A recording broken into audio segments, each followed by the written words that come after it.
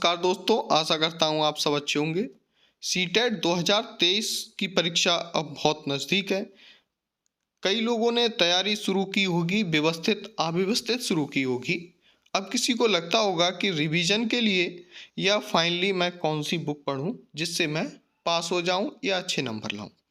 तो चलिए इस वीडियो में हम आपको यही कंक्लूजन बताएंगे कि आपको आखिर क्या पढ़ना चाहिए जिससे आप आसानी से पास हो जाएं। मार्केट में अब बहुत सारे बड़े बड़े पब्लिकेशंस की बुक्स भी अवेलेबल हैं, जैसे दृष्टि IAS, McGrath Hill publication, Himanshi Singh की सीडीपी। फिर भी कंफ्यूजन है छात्रों के लिए, आखिर हम कौन सी बुक लें। कई छात्र इतनी सारी डिफरेंट डिफरेंट प्रत्येक सब्जेक्ट की बुक नहीं पढ़ पाते हैं और वो एक गाइड पढ़ते हैं या क्या पढ़ें क्या ना पढ़ें, ये बहुत कन्फ्यूजन रहता है। तो चलिए शुरू करते हैं। वीडियो को एंड तक जरूर देखिएगा और आप अगर हमारे चैनल पर नए हैं तो प्लीज़ चैनल को सब्सक्राइब और वीडियो को लाइक ज़रूर करें। तो चलिए शुरू करते हैं। सबसे पहले देखिए, हम सीडीपी की बात करेंगे। पहले अलग अलग सब्जेक्ट्स की बात करेंगे और फिर कंबाइंड भी बात करेंगे और साथ में प्रैक्टिस सेट की भी बात करेंगे या जो सॉल्व पेपर हैं उसकी भी बात करेंगे। तो जो बेस्ट बुक फॉर सीडीपी के लिए है वो आप ये दो बुक्स हैं, जैसा कि आपको पता होगा, हिमांशी सिंह और दृष्टि आईएएस। इसमें से आप चाहें कोई सी भी बुक ले सकते हैं, लेकिन बुक तभी लें जब आप इसे अच्छे से पढ़ पाएँ। मैं कहूँगा क्योंकि आप इस बीएड बीटीसी आपने किया है, उसकी अगर आपके पास पहले से जो बुक्स हों, अगर वो आपने सही से पढ़ रखी हैं तो आप उन्हीं का रिवीजन करें, इन्हें ना लें। और अगर आप सीडीपी चूँकि एक अहम रोल निभाती है, चाहे वो किसी भी टीचर्स एलिजिबिलिटी का टेस्ट हो, तो उसके लिए आप एक बाल विकास की बुक रेफरेंस के तौर पर रख सकते हैं हमेशा। तो चाहे आप दृष्टि आईएएस ले लें, चाहे हिमांशी सिंह, एक ही बुक लें और उसका मैक्सिमम टाइम बार बार रिवीजन करें। तो चलिए इसके बाद देखते हैं कौन सी बुक।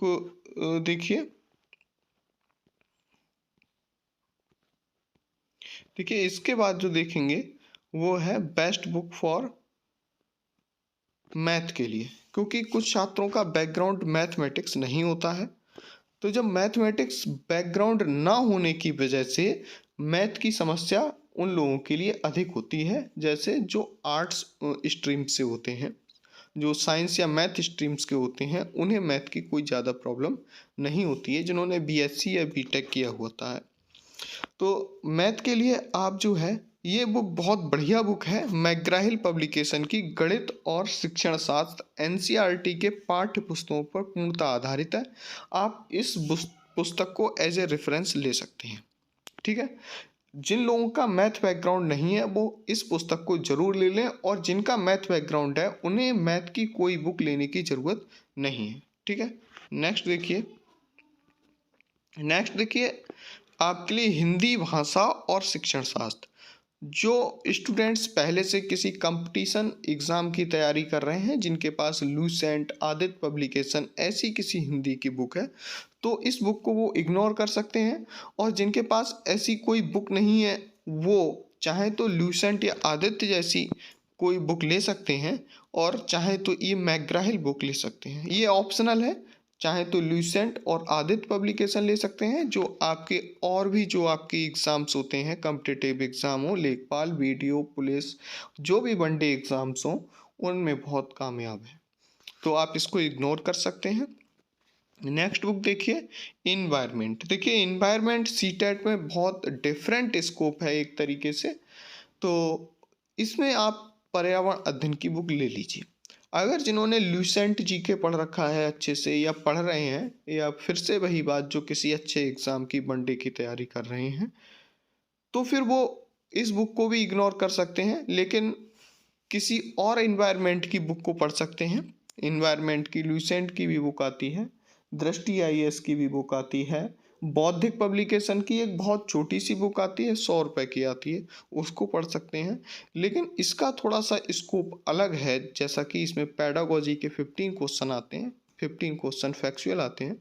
तो आप, मैं कहूँगा इस पुस्तक को एक बार ले लीजिए और बहुत इजीली थोड़ा सा इसमें से जगह जगह से जो आपको लगे पढ़ने की ज़रूरत हो उसको पढ़ लीजिए।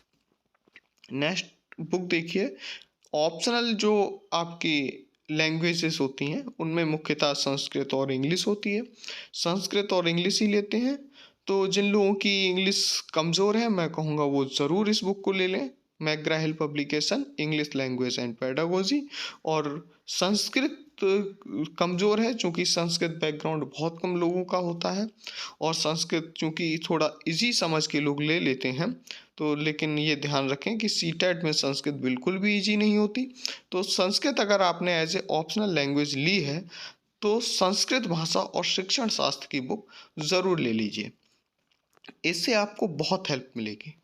नेक्स्ट देखिए, जो अगर आप कोई गाइड लेना चाहते हैं, पहले मैं 1 से 5 की बात कर रहा हूँ, 6 से 8 की भी बताऊँगा कि बेस्ट बुक अगर आप फॉर एक गाइड लेना चाहते हैं, आपके पास टाइम कम है, डिफरेंट डिफरेंट बुक नहीं लेना चाहते हैं, तो सबसे पहले ध्यान रखिए कि कोई सी एक गाइड ले लीजिए।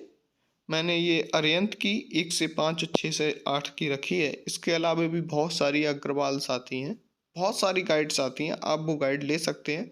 लेकिन आप जिस पर्टिकुलर सब्जेक्ट में कमज़ोर हों, जैसे आप आर्ट बैकग्राउंड के हों, तो मैथ की एक सेपरेट बुक ले लीजिए।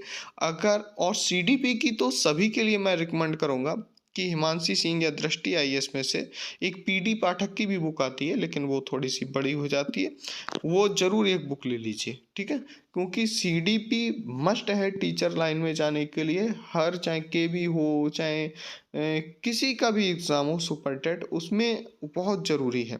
तो सीडीपी को आप मजबूत कर लीजिए। और सीडीपी इसलिए भी कह रहा हूँ कि क्योंकि ग्रेजुएशन तक आपने कभी भी सीडीपी, बहुत कम लोग होंगे जिन्होंने पढ़ी हो, आपने पढ़ी नहीं होती है, तो ढंग से पढ़ने के लिए एक कोई रेफरेंस बुक ले लीजिए और एक गाइड ले लीजिए, ठीक है, तब भी काम चल जाएगा। साथ में एक प्रैक्टिस सेट विशेषकर सॉल्व पेपर ले लीजिए, उसको अच्छे से लगाइए।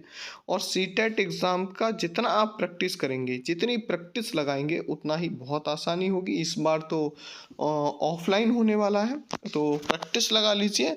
और ये मौका बार बार नहीं आता है, हो सकता है सरकार फिर ऑफलाइन ही कराए, ऑनलाइन कराए, तो इस बार आप अच्छे से मेहनत कर लीजिए। और नेक्स्ट मैं आपको बताऊं, जैसे कि जो 6 से 8 भी देना चाहते हैं, तो जो 6 से 8 देना चाहते हैं उनके लिए एक अलग से चाहे गाइड ले लीजिए, और चाहे डिफरेंट डिफरेंट ऐसी छोटी छोटी बुक ले लीजिए जो एसएसटी की है या मैथ और साइंस की है बस। बाकी तो आप जो प्राइमरी के 1 से 5 के लिए पढ़ रहे हैं, लेवल फर्स्ट के लिए, वही पढ़ना है आपको, 1 से 5 वाला। और 6 to 8 के लिए आप ध्यान रखिए कोई एक डिफरेंट बुक थोड़ी सी ले लीजिए, तो अच्छा रहेगा। विशेषकर अगर आप एसएसटी से हैं और जिन लोगों ने फिर से वही जिन्होंने जीके अच्छे से तैयार कर रखा है या किसी कंपटीशन एग्ज़ाम की तैयारी कर रहे हैं, तो थोड़ा इसे इग्नोर कर सकते हैं। और मैथ का भी है, थोड़ा सा मैथ, चूँकि साइंस कभी कभी थोड़ा टफ आ जाती है, तो थोड़ा सा लगा लीजिए, क्योंकि 6 से 8 का पेपर जो होता है सीटेट में थोड़ा टफ होता है, तो इसे इग्नोर मत कीजिए, ठीक है। नेक्स्ट देख लीजिए, एक प्रैक्टिस सेट बहुत ज़रूर है लेना, क्योंकि जब तक आप प्रैक्टिस नहीं करेंगे या सॉल्व पेपर नहीं लगाएंगे, आप अच्छे से जो है क्वालिफाई नहीं कर सकते, ये बिल्कुल तय है। अगर आप कितनी भी बुक पढ़ के जाएं, लेकिन अगर आपने सॉल्व पेपर नहीं लगाया है, तो बहुत सारे सॉल्व पेपर आते हैं। आप सॉल्व पेपर जैसे यूथ पब्लिकेशन का है, ये 1 से 5 का है, यूथ पब्लिकेशन का 6 से 8 का भी आता है, आप 6 से 8 का ले लीजिए। तो आप एक प्रैक्टिस सेट ढंग से ले लीजिए और 8-7 प्रैक्टिस सेट लगा लीजिए। अगर आप 8-10 प्रैक्टिस सेट्स के लिए, या सॉल्व पेपर को मैं कहूँगा, प्रैक्टिस सेट ना लेके आप सॉल्व पेपर को ज़्यादा प्रीफर करें। सॉल्व पेपर्स के लिए आप 3-4 बार ढंग से लगा लीजिए। 10 प्रैक्टिस सेट को कम से कम 3 बार आप ढंग से लगा लीजिए। और इसी के आधार पर जो आपने वो बुक्स को रेफरेंस के तौर पर लिया है, उन बुक से काट काट के पढ़ लीजिए। पूरी बुक नहीं पढ़ पाते हैं तो काट काट के इन्हीं जो क्वेश्चंस हैं उनके आधार पर पढ़ लीजिए, आपका सिलेक्शन हो जाएगा। आपको ये वीडियो कैसा लगा हमें कमेंट करके ज़रूर बताइएगा। और आपके लिए कोई प्रॉब्लम हो सीटेट या टेट से संबंधित, तो इसके लिए भी कमेंट ज़रूर कीजिएगा। चैनल को सब्सक्राइब कीजिए और हमारे वीडियो को लाइक कीजिए। मिलते हैं तब तक नेक्स्ट वीडियो में, तब तक के लिए जय हिंद, वंदे मातरम।